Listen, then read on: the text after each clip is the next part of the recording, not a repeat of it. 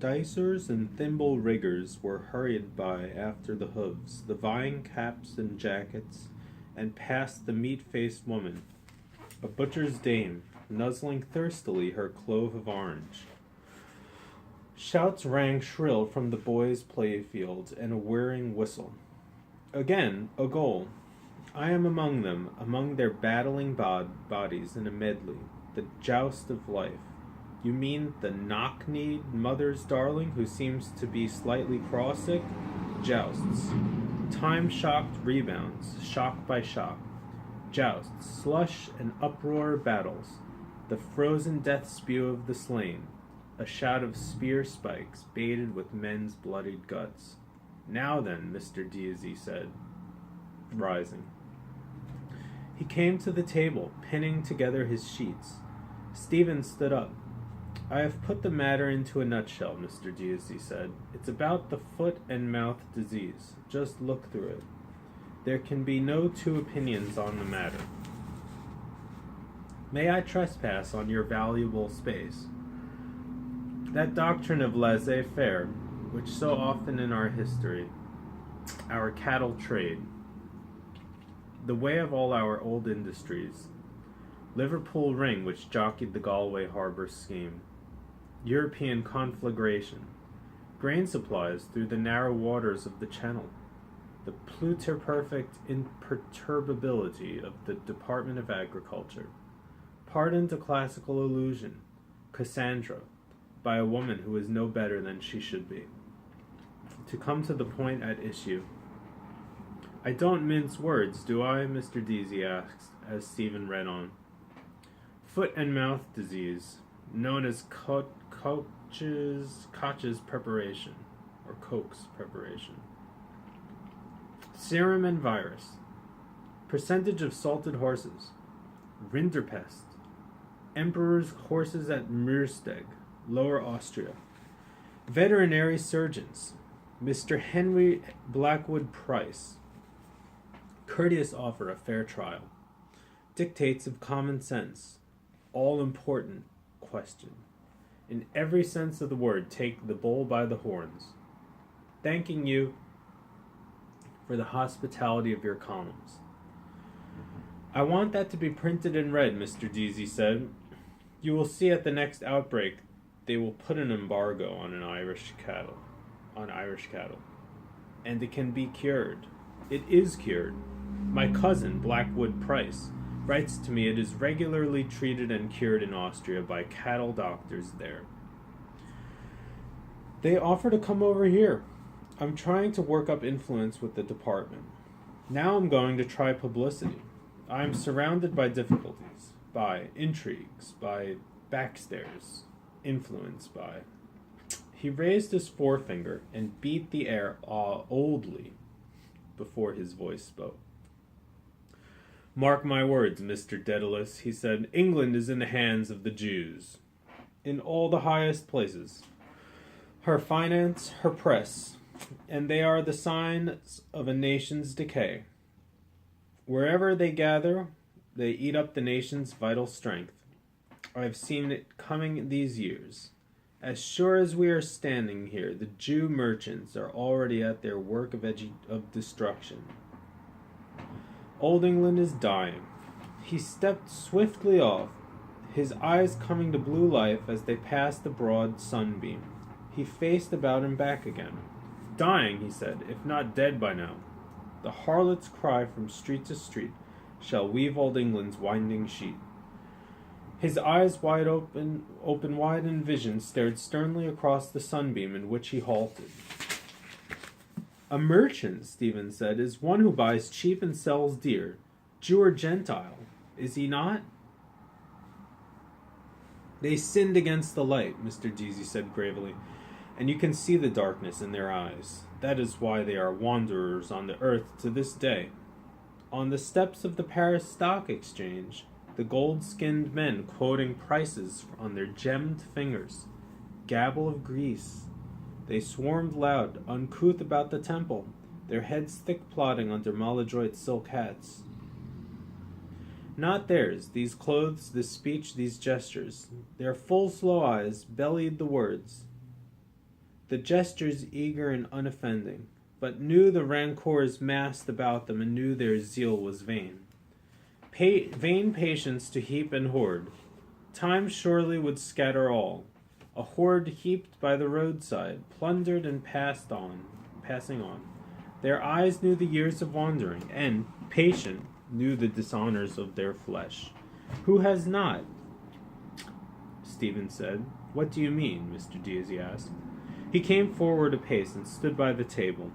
His underjaw fell sideways open uncertainly. Is this old wisdom? He waits to hear from me. History, Stephen said, is a nightmare from which I am trying to awake. From the playfield the boys raised a shout. A whirring whistle. Goal! What if that nightmare gave you a back kick? The ways of the Creator are not our ways, Mr. Deasy said. All history moves towards one great goal, the manifestation of God. Stephen jerked his thumb towards the window, saying, That is God. Hooray! Aye! Rui! What? Mr. Deasy asked. A shout in the street, Stephen answered, shrugging his shoulders. Mr. Deasy looked down and held for a while the wings of his nose tweaked between his fingers. Looking up again, he set them free. I am happier than you are, he said. We have committed many errors and many sins. A woman brought sin into the world. For a woman who was no better than she should be, Helen, the runaway wife of Menelaus, 10 years the Greeks made war on Troy.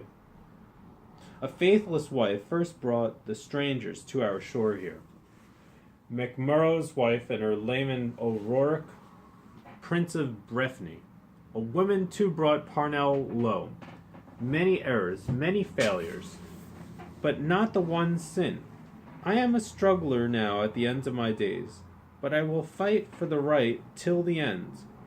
For Ulster will fight, and Ulster will be right. Stephen raised the sheets in his hand. Well, sir, he began, I foresee, Mr. Deasy said, that you will not remain here very long at this work. You were not born to be a teacher, I think. Perhaps I am wrong. A learner, rather, Stephen said. And here what will you learn more? Mr. Deasy shook his head. Who knows, he said. To learn one must be humble, but life is the great teacher. Stephen rustled the sheets again. As regard these, he began. Yes, Mr. Deasy said, you have 2 copies there. If you can have them published at once. Telegraph, Irish Homestead. I will try, Stephen said, and let you know tomorrow. I know 2 editors slightly. That will do, Mr. Deasy said briskly. I wrote last night to Mr. Field, MP. There is a meeting of the Cattle Traders Association today at the City Arms Hotel. I asked him to lay my letter before the meeting.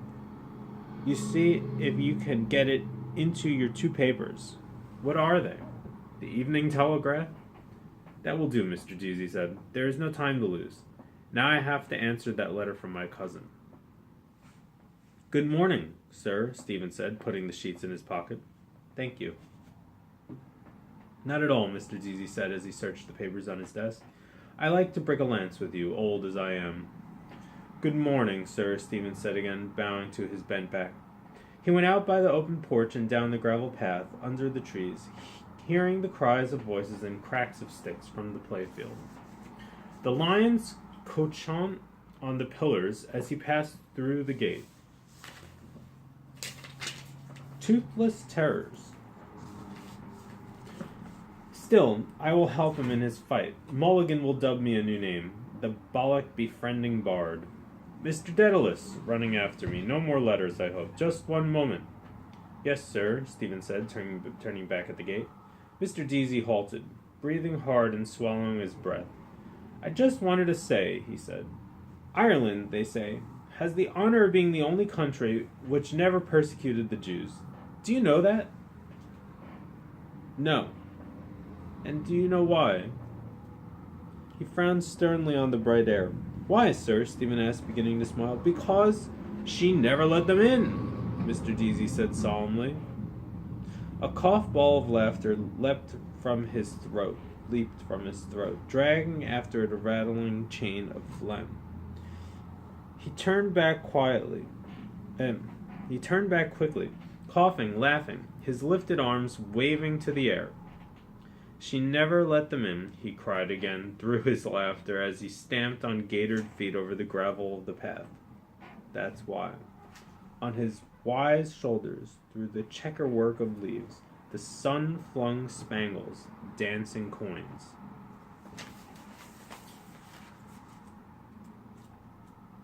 Third chapter. I don't know why the title. Where is the title? I thought they have titles. Telemachus. Anyway. Third chapter. Ineluctable. That's a word. Let me highlight that. Ineluctable modality of the visible. At least that if no more, thought through my eyes. Ineluctable modality of the visible. At least that if no more, thought through my eyes. Signatures of all things I am here to read. Sea spawn and sea wrack. The nearing tide. That rusty boot. Snot green. There you go again. Blue silver. Rust. Colored signs. Limits of the diaphane. But he adds. In bodies. Then he was aware of them. Bodies before them colored. How? By knocking his sconce against them. Sure. Go easy. Bald he was, and a millionaire. Maestro di color que sano. Limit of the diaphane. YN diaphane a diaphane. If you can put your 5 fingers through it, it is a gate, not a door. Shut your eyes and see. Stephen closed his eyes to hear his boots crush crackling wrack and shells. You're walking through it howsomever. Walking through it howsomever. I am, a stride at a time. A very short space of time, through very short times of space. 5, 6, the nacheinander. Exactly. And that is the ineluctable modality of the audible. Open your eyes. No. Jesus.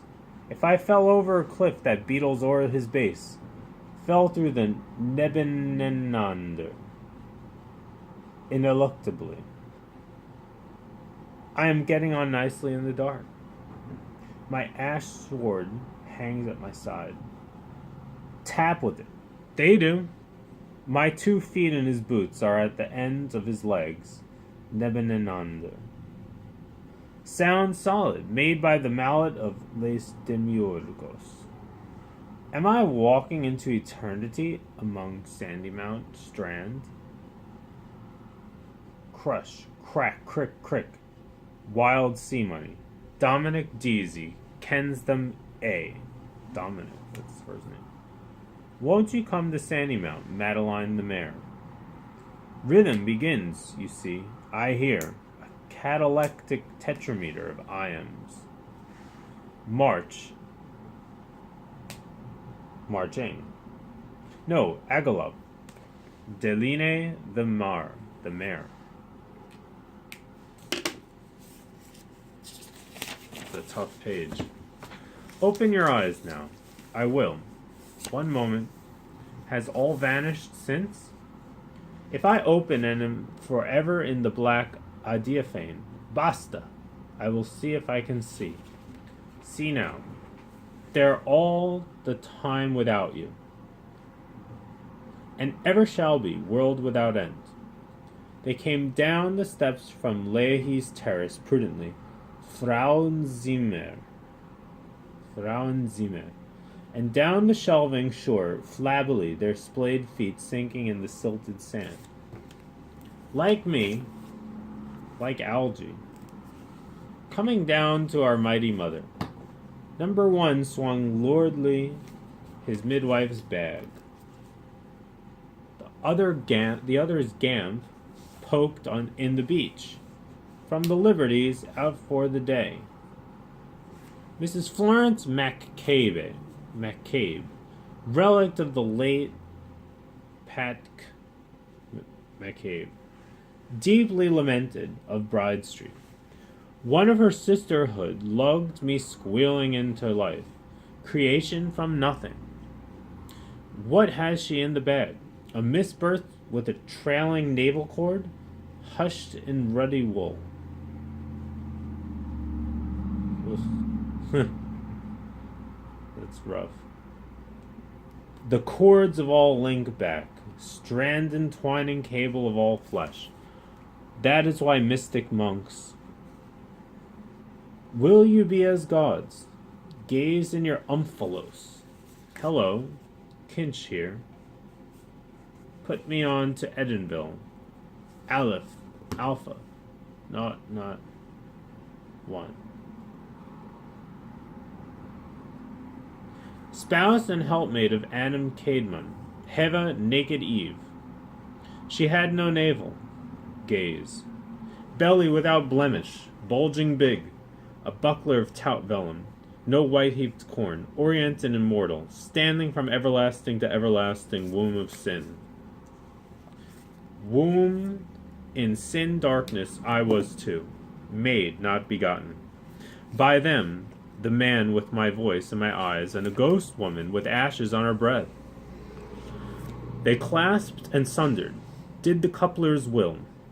From before the ages he willed me, and now may not will me away or ever. A lex eterna stays about him. Is that then the divine substance wherein Father and Son are consubstantial? Where is poor dear Arius to try conclusions? Warring his life long on the Contrans Magnifica and Jubangtantiality. Wow, that's a word. Contrans Magnificans Jubangtantiality. Ill-starred heresiarch. In a Greek water closet, he breathed his last, euthanasia. With beaded meter and with crozier stalled upon his throne, widower of a widowed sea, with upstiffed omophorion, with clotted hinder parts. Airs romped around him, nipping and eager airs. They are coming, waves, the white-maned seahorses, champing, bright wind-bridled, the steeds of Mananan. I mustn't forget his letter for the press, and after, the ship, 12:30. By the way, go easy with that money like a good young imbecile. Yes, I must. His pace slackened. Here, am I going to Aunt Sarah's or not? My consubstantial father's voice. Did you see anything of your artist brother Stephen lately? No? Sure he's not down in Strasbourg Terrace with his Aunt Sally? Couldn't he fly a bit higher than that, eh? And tell us, Stephen, how is Uncle Cy? Oh, weeping God, the things I married into. The boys up in the hayloft. The drunken little costrawer and his brother. The cornet player. Highly respectable gondoliers. And skewied Walter, searing his father, no less. Sir, yes, sir, no, sir, Jesus wept, and no wonder, by Christ. I pull the wheezy bell of their shuttered cottage, and wait. They take me for done, peer out from a coign of vantage. It's Stephen, sir. Let him in. Let Stephen in. A bolt drawn back, and Walter welcomes me. We thought you were someone else. In his broad bed, Nuncle Richie, pillowed and blanketed, extends over the hillock of his knees a sturdy forearm. Clean-chested. He has washed the upper moiety. Morrow, nephew. He lays aside the lapboard whereon he drafts his bills of cost for the eyes of Master Goff and Master Chaplain Tandy. filling consents and common searches and